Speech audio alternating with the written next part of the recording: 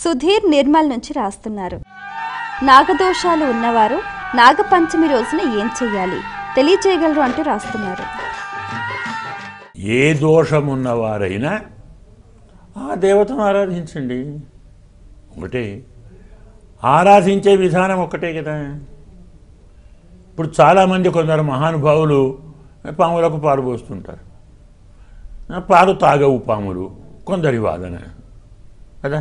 వాటికి ఏవో పెదవులు లేవు, అవి తాగలేవు, అవి మింగలేవు, దానివల్ల బాధపడుతున్నాయి.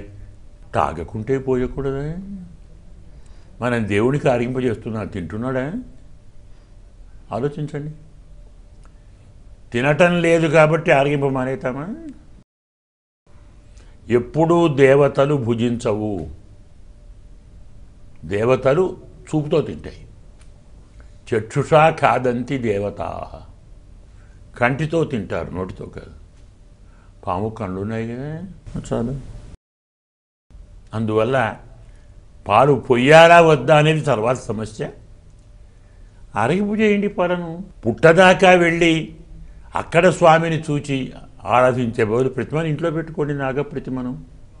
ఆ ప్రతిమకే ధూపం, దీపం, గంధం, పుష్పం, నైవేద్యం, ఆ పాలతో అభిషేకం చేయండి.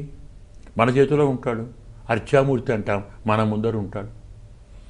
మన ముందరున్న నాగప్రతిమకు ఆవాహయాన్ని మొదలుపెట్టి స్వామికి అర్ఘ్యము, పాద్యము, ఆచమనీయము, స్నానము, ధూపము, దీపము, నైవేద్యము, ప్రదక్షిణము సరిపోలేదా?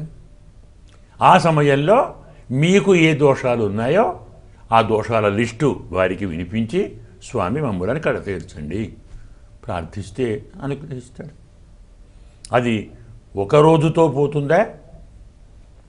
దోషాన్ని బట్టి అలా 5 రోజులు చేయాలా, 11 రోజులు చేయాలా, 21 రోజు చేయాలా, విధి చెప్తుంది. దాని పెద్దల నుంచి తెలుసుకొని అలా ఆచరించి దోషం నుంచి విముక్తులై ఆనందంగా ఉండండి.